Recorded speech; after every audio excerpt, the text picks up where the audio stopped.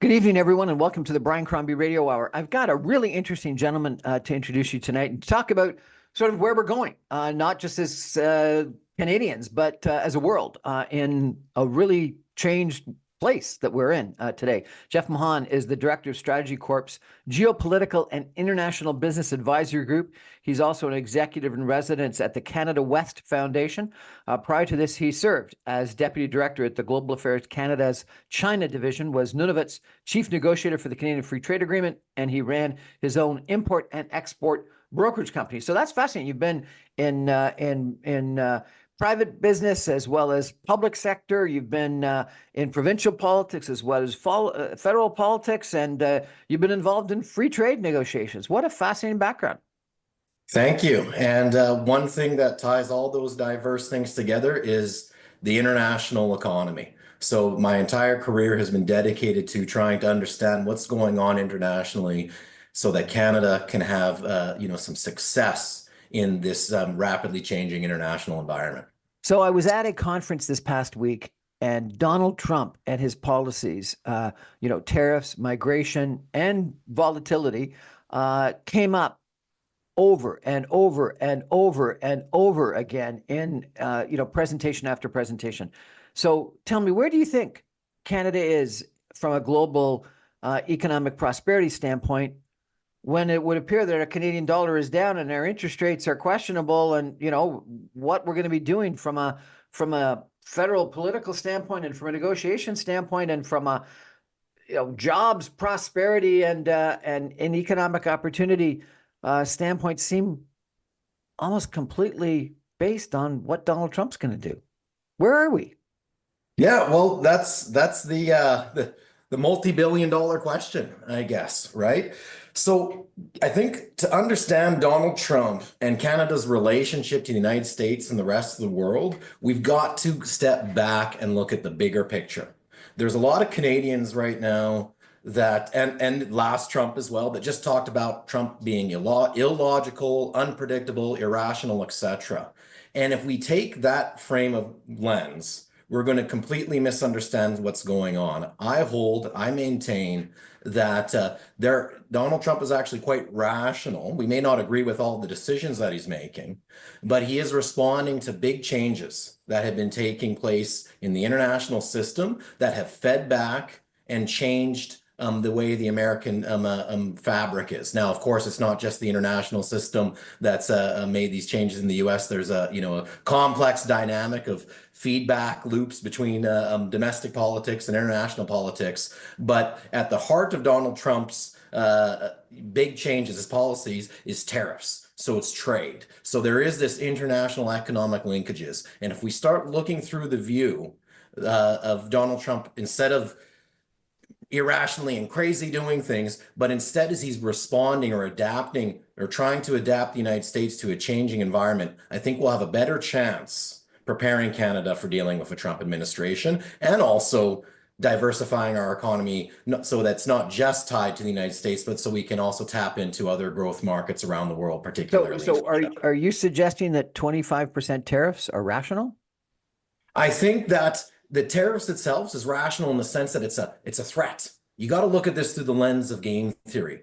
Donald Trump and his crew, they see a serious problem in Canada. And this one's actually quite fascinating because this is a tool of economic coercion.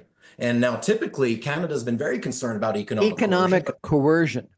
Yes. So economic coercion, that's when a country punishes another country or tries to influence it over completely unrelated political issues, but it uses economic tools to do that. So when Donald Trump threatens Canada with tariffs, 25% tariffs, that would absolutely cripple our economy. He's doing that to try to get us to change direction. But it's not on a trade policy issue, it's on a health and safety issue. It's about fentanyl issues, it's about border crisis. Now, Donald Trump has never been the most detailed person when he does policy direction by tweet. But they're actually, where there's smoke, there's fire. And part of the concern here is it fits into this bigger issue of healthy, safe, and prosperous communities in the United States.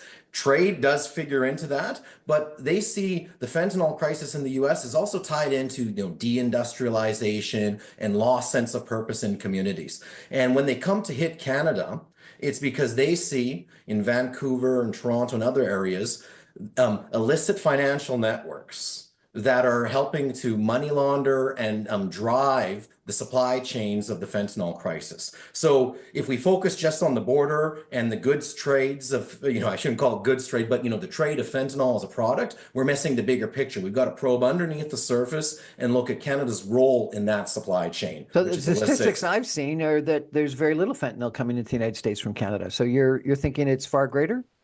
No, I'm saying it's don't follow the goods, follow the money.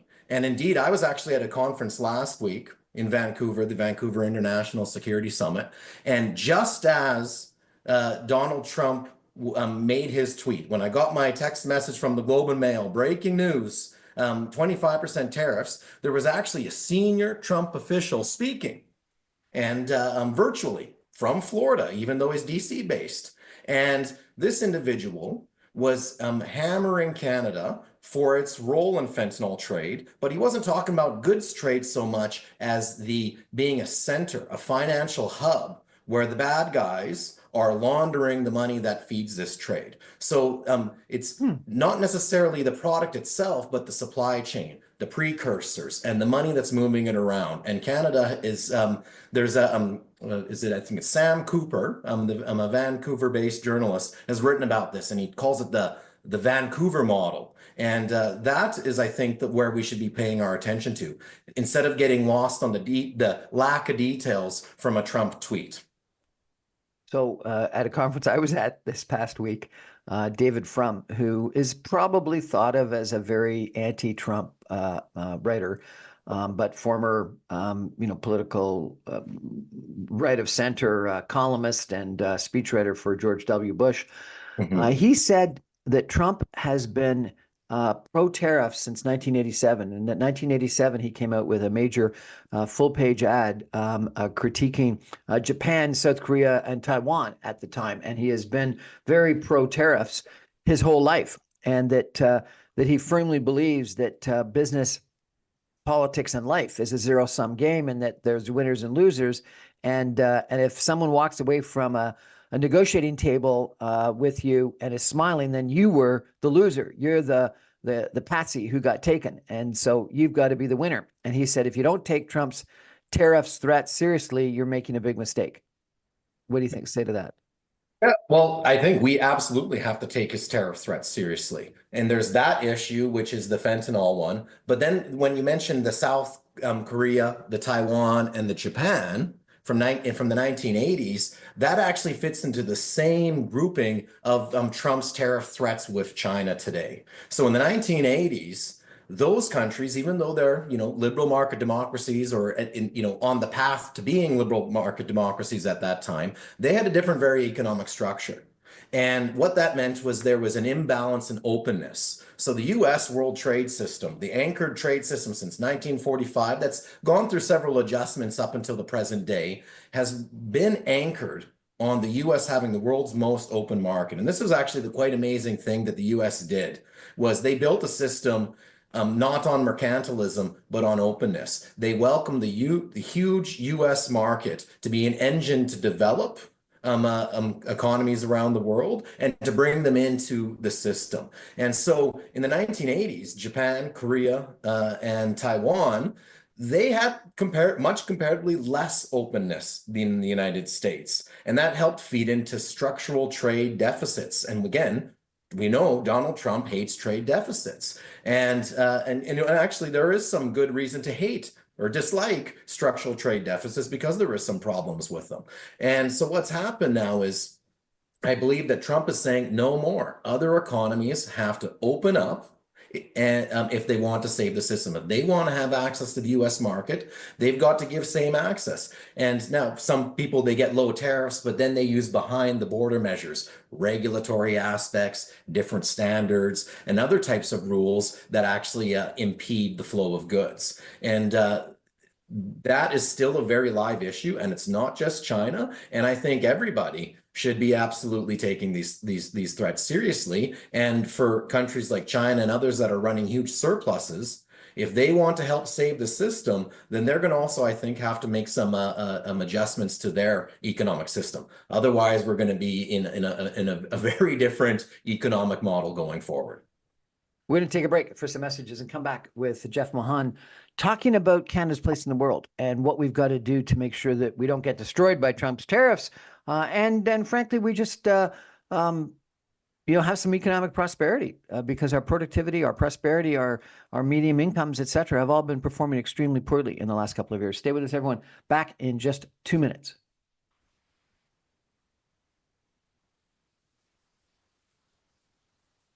Welcome back, everyone, to the Brian Crombie Radio Hour. We're talking about Canada's place in the world from an economic standpoint, but also a geopolitical standpoint with Jeff Mahon. He is Director, Geopolitical International Business Advisory at a Canadian strategy corp. The company is called Strategy Corp. It's a Canadian strategy company, and he's an executive in residence at the Canadian West Foundation. Jeff, you wrote an article that said that Canada needs industry leadership to stabilize our economy as the U.S. changes its trade policy. Industry leadership. Why not political leadership?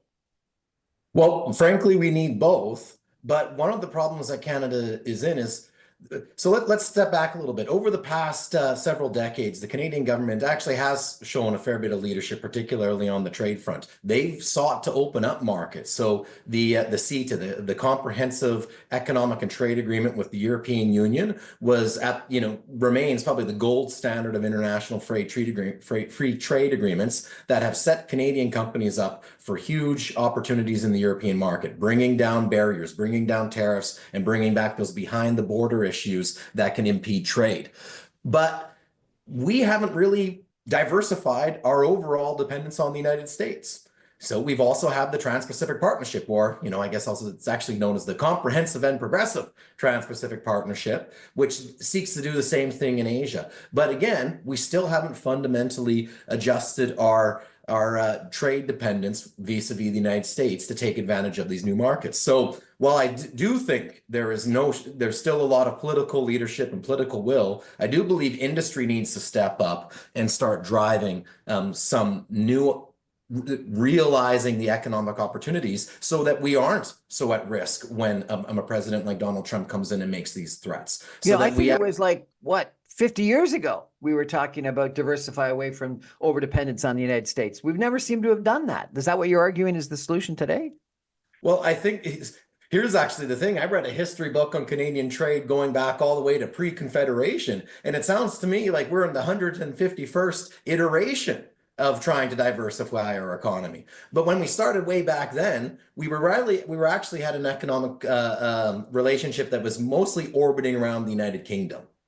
But then, around some period during the 1800s, the UK abandoned its, imperial system in the same way and started focusing on free trade. So then we started becoming more dependent on the US, but they too also had a bunch of trade barriers. So we kind of oscillated back and forth between the UK and the US for quite some time until after, again, that World War II situation when the United States built a system, and then we firmly became orbiting around the US economy. And that's when we've built up, I think it's like 70% of our trade goes to the United States. And I liken this to the three body problem. So where you've got three big masses of big body masses, they can orbit around each other, but they do so in such an unstable pattern. And when it's just two bodies, it's much more stable. So when we had the UK or the US, things were pretty simple. It took a little while, but we did figure things out. But then once China popped up and came with a very different system, it really threw the whole situation out of flux. And that means the US now is really changing its approach. And Canadian companies are going to have to step up and recognize this and start trying to, build relationships abroad, go out, take the risks. We've gotten so comfortable being isolated from the rest of the world with such a huge market next to us that the challenges of different culture, different rules, different regulations, different politics has just been too much for a lot of Canadian companies, particularly the smaller ones, to really go and do something different. And I think that's where we need the Canadian leadership, is to recognize the changes that we're undergoing right now, so that we can start building real opportunities and quit waiting for the government to come in and hold our hand for doing that. So Canadian business leaders need to be more interested in trade internationally, not just the United States. Absolutely, yes. We've got a business investment, capital investment, R&D investment, productivity challenge that lots of people point to government about, but a lot of those things are driven by the private sector. Have we got a private sector problem or a public sector problem? Both. The Canadian government, of course, has implicated ourselves in the productivity problem. And one of my views there is, as a good Western Canadian, although I do live in Ottawa now, is that one of the areas where private capital wants to step in to invest, and has been, also studies have shown, one of the most productive sectors in the economy, has been strangled by a series of regulations and bills, et cetera, that have disincentivized investment. And that, to me, is very, dumbfounding, because at a time when our living standards are eroding, when we're in a per capita recession, so the economy is growing, but the population's grown so much that when you go down to the per capita level, we're actually in a per capita recession, even though the overall economy is not. I don't understand why we'd be wanting to shrink the space for investment. We should be seeking to grow the space for investment. And this does have interlinkages with the international economy as well, because this is one of the areas where Canada has a comparative advantage. And we have, especially after the Ukrainian war, we've got a lot of partners in Europe and in Asia that are seeking access to reliable, safe, and secure energy sources. Even though, there's this talk of a green transition, the reality is, and I hear it from countries in the Indo-Pacific, that they still need to rely on traditional energy sources to have the energy security we need, or they need. So Canada has an opportunity to grow investment, increase productivity, while supplying allies, countries that are maybe not allies, but potentially partners that we want to strengthen relationship, and also actually give us a bit more foothold with China and a bit more economic leverage with China by giving them also access to secure resource supply. And so that is an area where I think that we can improve the productivity, and the government has a role to play there. I got to ask you, how independent of a environmental climate change policy can we have than the United States? And again, I'm coming back to some comments made at this conference I was at this past week, where they said, we can't have that much of an independent monetary policy. We can have a bit, but if you have too much, the Canadian dollar will dive. And we can't have that much of a independent Canadian environmental policy with Biden and the Democrats in control of the U.S. Canceling Keystone Pipeline on day one. We can have the current climate change policies, environmental regulations policies that we have. But if we've got a neighbor that is maybe going to approve Keystone Pipeline again on day one, and is going to take away reduce corporate taxation, reduce public taxation, reduce environmental regulations, drill baby drill, it's going to be impossible for Canada to have such a restrictive environmental regulation. How do you, as a consultant with Strategy Corp, think about that, whether you're advising companies or governments? Well, as we think about the impossibility, it's less of a question for advising companies, and because it's really about the policy type issues. And autonomy is a price that you pay for economic integration. Because when you have this deep economic integration, you start becoming one of the same market. And if you have too much policy divergence, and particularly one that puts you at a disadvantage vis-a-vis a much larger economic partner, well, then you're going to pay a price for that. Because who would want to invest in Canada if there's going to be this, a very favorable tax regime?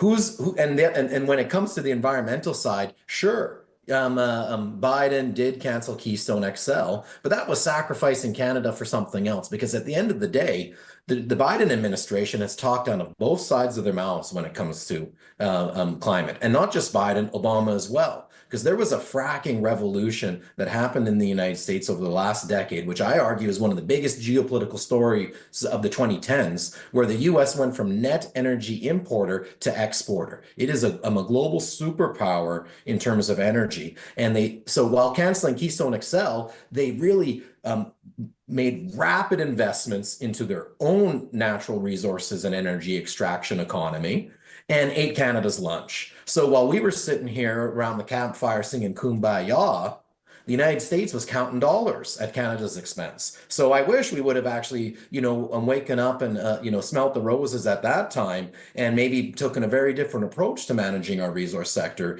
And I think that in this instance, some policy alignment probably would have been good for Canada. If you have to compare the environmental issues associated with fracking with the economic growth opportunities of this, what you called, the greatest geopolitical, energy impact in the last 2 decades, how do you weigh those two issues? Well, that's the thing. So if you talk to people who really have their heels dug in on the environmental issue, any form of fossil fuels is bad. You can't burn this, you can't burn that. They don't want nuclear, they don't want anything. So it's just some pie in the sky dreams about this massive rollout of wind turbines and solar panels, which, hey, I've got a lot of confidence in for the future, but there's some structural material constraints that are going to get away from that being realized. So we need to quit taking a 0 and 1 view on this issue. And we need to actually recognize that in many cases, our energy economy, our energy resource sector is actually not in contradiction with the environment. Now, I know that's going to be a tough pill for some people to swallow, but the logic is this. Canada, if we are selling, let's say, liquefied natural gas to China, if we're exporting liquefied natural gas out there, it's a much cleaner burning fuel than coal, which they're currently using.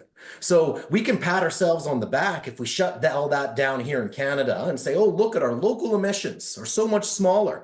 But we've got a minuscule amount of global emissions. And we don't talk about local warming, we talk about global warming. So if we want to have a bigger dent in the overall climate picture, actually exporting liquefied natural gas to China and others to help get them off much more carbon intensive and carbon emissions fuels, it actually brings down the global level.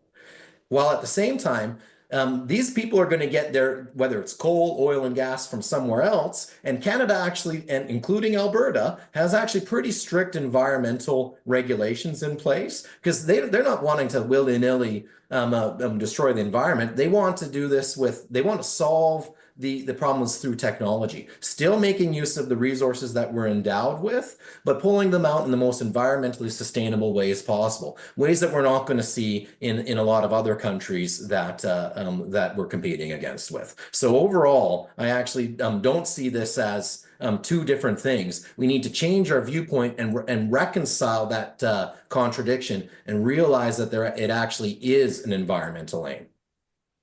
So, I'm not sure if you would agree with this, but the way it was described to me is that the environmental damage associated with fracking was way overblown, and that it was actually controlled far more than environmentalists feared it would be.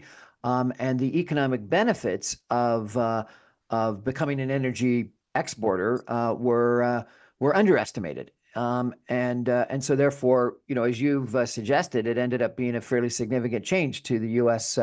Geopolitical situation and economic situation. And they were saying the comparable would be unleashing the full power of the oil sands in Canada, and that the environmental impact of doing so would be far less because of some of the things that you've already mentioned in regards to environmental controls. And I was in Fort McMurray recently, and I was shocked at how many times I had conversations with people talking about carbon capture and other things. That there was, I was expecting to meet a whole bunch of people that were climate change deniers, and I didn't. I met a whole bunch of people that were, trying to balance the economic opportunities with the environmental challenges. But that that the benefit to the Canadian dollar, to Canadian economy, to Canadian prosperity, etc., to tax revenue going into the provincial and federal governments, that we underestimate how positive that could be if we actually unleashed the oil sands. And that in the same conversation, they said there is fracking opportunities in Canada, but far less than in the United States and far less than the oil sands opportunities. What do you say to that? I say I'm pretty much in complete agreement. What I would add is that when we focus too much on the environmental side, we miss all those other aspects that you've just outlined. But the world is a complex place. What do I mean by complex? It's composed of many different parts. So we need to weigh trade-offs. We need to look at how the environmental aspects, which I think are actually managed quite well, and in particular, if my last argument about the global aspect, but then we need to look at the economic impact. One is to help the Canadian dollar out. The other is also the cross linkages within the supply chain of the oil sands. It benefits Eastern Canada and Central Canada, not just Western Canada, because we've got suppliers over there. And then it also gives us not just an economic aspect, it gives us geopolitical power at a time where Canada's waning, or Canada's stature in the international political economy is waning. So when I tie up all these together, there's so many arguments that feed into this being a positive development. And what I say is, what we've got is 1 + 1 is greater than 2. So we've got a manufacturing economy that's built in Central Canada and Toronto and area, and it's being home to a lot of industrial policy right now, government-led EV investments to catalyze this growth of important and needed growth. We put up tariffs to help protect that EV supply chain. And then over on the Western side, we've got this resource and agricultural-based economy. There's still actually a lot of manufacturing and innovation going out there, but that's the real engine of growth. Instead of trying to strangle one of those, we need to add them together. And when we get that, we get more than 2. 1 + 1 is greater than 2 because the two feed back into each other, and then they sprawl out to the rest of the world in terms of environmental and geopolitical power. We're chatting tonight with Jeff Mahon, talking about Canada's place in the world, geopolitically and economically. We're going to take a break for some messages, and we're going to come back, and I'm going to ask him about another article that he's recently written about how Canada should think about economic security in an increasingly unsettled world. Stay with us, everyone. Back in 2 minutes.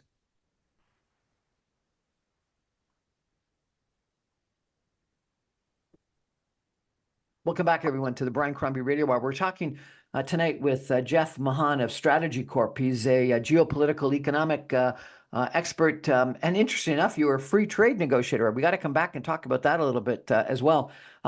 You wrote another interesting article that I want to reference, how Canada should think about economic security in an increasingly unsettled world. National security is something we've talked about a lot, but economic security is sort of a new term. And, I want to come back to a comment that was made to me this past week. Trump is very transactionally oriented. It's one deal after another deal. And the comment was made, you can't just think about a philosophy of global free trade and neoliberalism and, global prosperity when thinking about Trump. You got to think about transaction, one deal after one deal after one deal. So what do you mean by we have to rethink our economic security in a unsettled world? This, I think, is probably one of the most fundamental issues to help understand where the world is going, and in particular, how to help manage a Donald Trump presidency, and also how to think about relationships with the rest of the world. Because the rise of economic security is an outgrowth of the changes that have taken place in the international political economy over the last several decades. So I mentioned earlier that the US built this free trade system. It's anchored on its open market, and that there's been other countries that might have exploited that a little bit by having asymmetric relations, less openness in the United States, that have led to trade imbalances. And one of the impacts of the trade imbalances is deindustrialization. So So the United States looks at its industrial heartland, and we remember Donald Trump's first inauguration speech. He talked about carnage across America. Well, he was really speaking towards this notion of deindustrialization and lost economic opportunity. So shortly after he got into power, by 2017 December, he released a national security strategy, and that was the first time that economic security really came out in its current manifestation. They basically created this concept, which is this notion of that it's not. I think he said economic security is national security, and it talked about protecting the industrial base. And so that really links back into the trade deficit type issues. And indeed, at that time, I was working for the Canadian federal government. And while a lot of people were saying, oh, because after that, he put tariffs on China, and there was all these other different actions, and people saw them as disconnected random events. But if you looked at them under the umbrella of the economic security doctrine that they outlined, actually things made a lot of sense on what it was that they were trying to do. And now all of a sudden, when things make sense and there's a logic there, it becomes a bit more predictable. So I'll speak a bit more about how it rose as China became essentially, when it joined the system, it was, an undeveloped economic backwater vis-a-vis the United States. But today, it's world's second largest economy, and it's the workshop of the world. It has, it's the number one trading partner with many different countries around the world. And what the practical impact of that has been is it's changed the balance of power. Right. So I think one reason when we talk about international rules and we need all these rules, sometimes we treat them as if they're solids, as if they're part of the natural world, but they're man-made, and they flow from humans through political development when you have a stable system. And the stable system means the balance of power is settled. So when the balance of power becomes unsettled, the rules start to move a little bit. Because rules only work insofar as you really agree with the premise of them. Like Canadians, we agree with the values and principles of the rules underlying the world over the past couple of generations, but maybe China doesn't.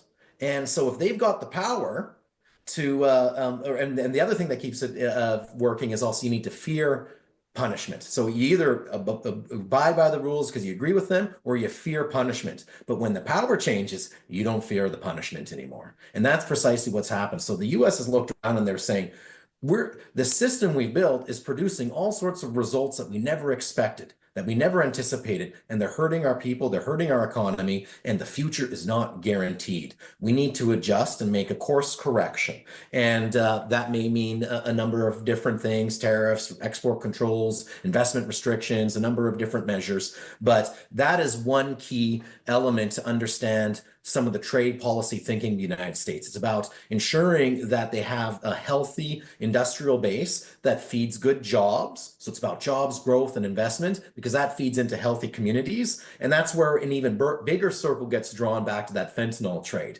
But then there's another aspect of economic security, and that is economic-based threats to national security: cyber espionage, dual-use technologies. And dual-use technologies means we've got some technology like artificial intelligence, and a technology in itself, can be applied for good purposes or bad purposes. It can be applied for civilian purposes or military purposes. And so when that balance of power is shifting, and you've got a competitor that has a different ideology and a different political system and than your own, and it's also building up its military capability, and there's this, at the same time, this technological revolution is changing warfare and global military supply chains, you start to get a little bit nervous because, again, we live in this anarchical world where the future is not secure. So you need to take steps to protect the military and the traditional national security side of things. But it's increasingly bleeding into economic realms.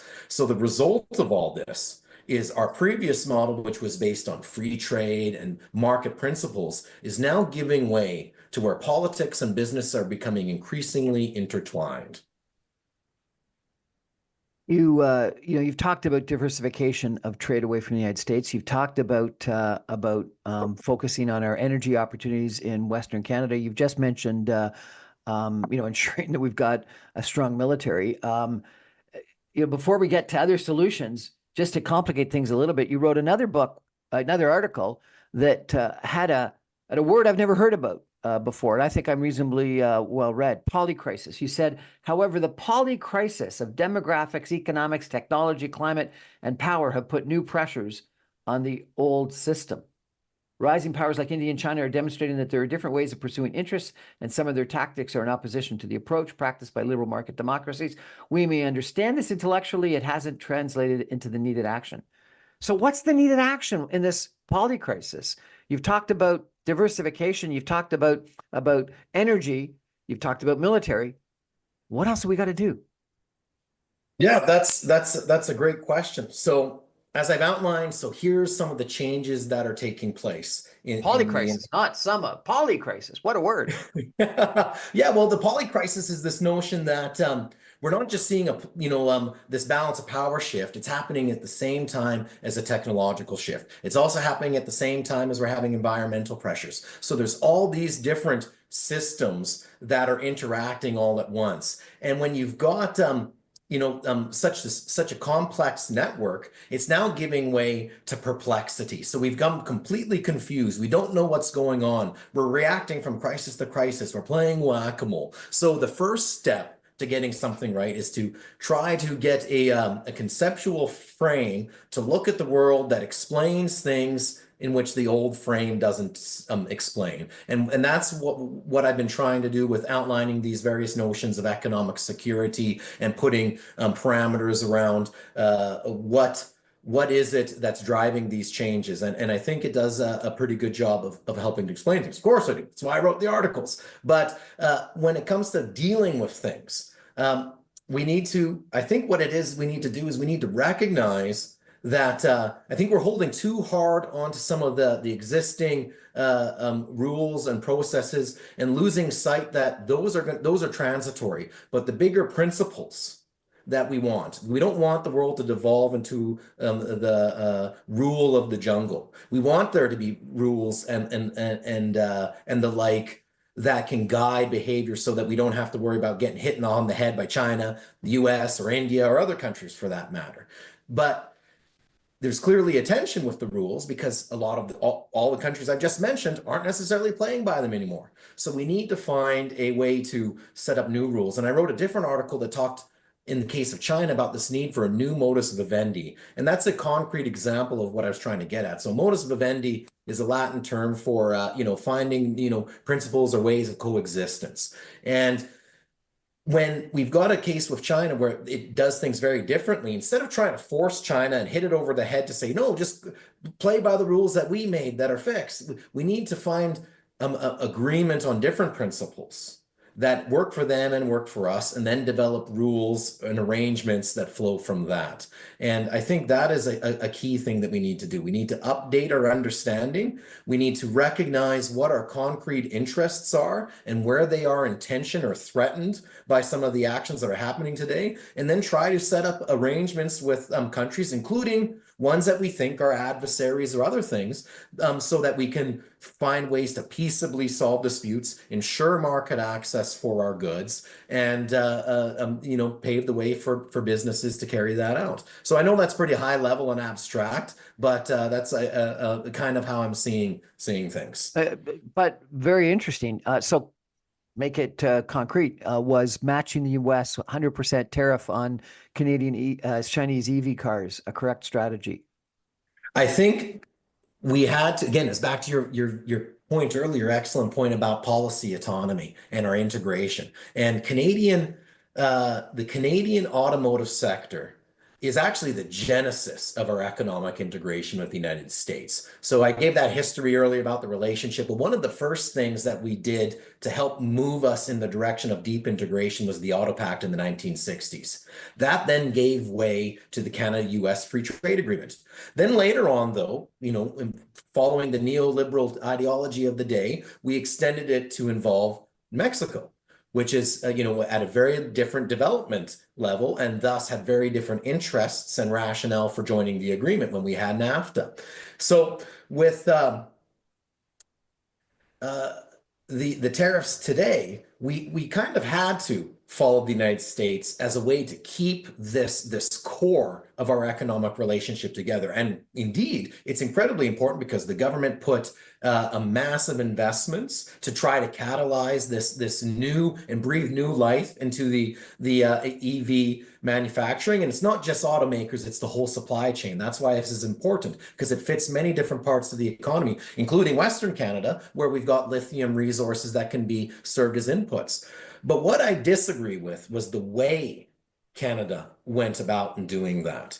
We accused China very publicly of trying to undermine our economic prosperity, and we made all sorts of damaging political rhetoric that was unnecessary. The Chinese understand Canada and the US have a special relationship, and that we're going to do a lot of the things that we're going to be in pretty close lockstep, maybe not on everything, but they expect us to be there. We should have used that as an opportunity to couch our decision in language that China understands and respects. And indeed, if China didn't, they'd be a hypocrite, because it's the same principles that they do in. China speaks to us and the world about respecting its unique development model, that, and the like. We should have talked about doing this because we needed to ensure the development of this industry. China's protected its own automotive industry so that it can develop. We should have couched it in that language. Instead, we decided to poke them in the eye for something that brought no benefit to us, and indeed put us in a situation where it's likely China's going to carry through on some retaliation. Jeff Mahon, talking about our place in the world from a geopolitical standpoint and an economic security standpoint, a consultant with Strategy Corp. We're going to take a final break and come back with some concluding comments. I got two last questions to ask Jeff when we're back in 2 minutes. Stay with us, everybody. Hello. Welcome back, everyone, to the Brian Crombie Radio Hour on Saga 960. My guest tonight is Jeff Mahon.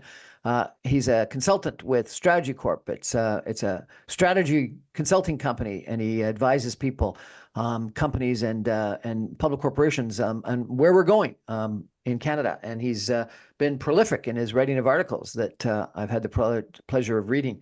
Lots of them have literary or poetic references in them. What the heck is that all about in economic and geopolitical columns? Yeah, it's kind of a funny flavor, but I think it's actually quite important. Well, one, it comes because I read this stuff, and so it colors my mentality. But I think it's really important because we're explaining complicated things to people, and the more that you can draw on metaphors that people might be familiar with, it makes it easier to wrap one's head around what's going on. And in that sense, I think that, it's not just the notion of the poetic and the literary, but I'm also thinking through mathematical aspects, because that's ultimately, one of the best metaphors. But unfortunately, it's one that not many people understand. So I find that the poetic aspect is something that brings this richer texture into it. And, for example, I referenced William Butler Yeats's The Second Coming, because it was about big change and fundamental revolution taking place in the world. And it had this line about, in the poem itself, not my writing, but how, the best lack all conviction and the worst are full of passion and intensity. And so when we look at decisions that, our friends, our allies, and even ourselves are no longer following the rules, we're losing our conviction. And yet, some of the others are really just driving things full throttle. And so I do find that if we can bring in these other references, we can, create some imagery. We can, enrich our understanding of what's going on, rather than just, cold, dry analysis. And indeed, sometimes, it's through actually looking at these lenses that I end up seeing the political aspects a little bit differently, and they bring me to a relationship that I might not have even identified, and it ends up informing my analysis, not just as a way to present it. Well, I found them fun to read, Jeff, so thank you. Appreciate that. Last question. We've talked about diversification away from the United States. We've talked about energy policy. We've talked a little bit about military. You made the comment about understanding China and that Indo-Pacific Asia is a growth opportunity. What else would be your sort of top priorities if you were Minister of Finance, Prime Minister of Canada? What would you do? I think the biggest thing we need to do is we need to quit looking through things in a black and white lens. we need to see things as shades of gray. And indeed, not just shades of gray, but we need a more multidimensional understanding of our relationships with countries. Take China, for instance. There's a lot of areas where we're not in alignment, where we're not in agreement, but there are other areas where there is a convergence of interests. And so when we look at things as either good or bad, and we've been particularly talking about China for bad, because yeah, there are some real serious challenges there, but it makes it difficult for us to realize the good. And as the world becomes more unsteady, as this transactional and material interests end up driving things, we need to make sure that we can also deal and work with countries that we have disagreements with so that we can drive that prosperity home. And I do believe that particularly in the case where there's these contradictions, these things that we weren't expecting to happen, we can find ways to reinterpret them so that we can still be consistent with our values, but do things differently as a way to pursue our interests. Not very concrete there, but that is something that I think our policymakers need to start using that lens when looking at problems.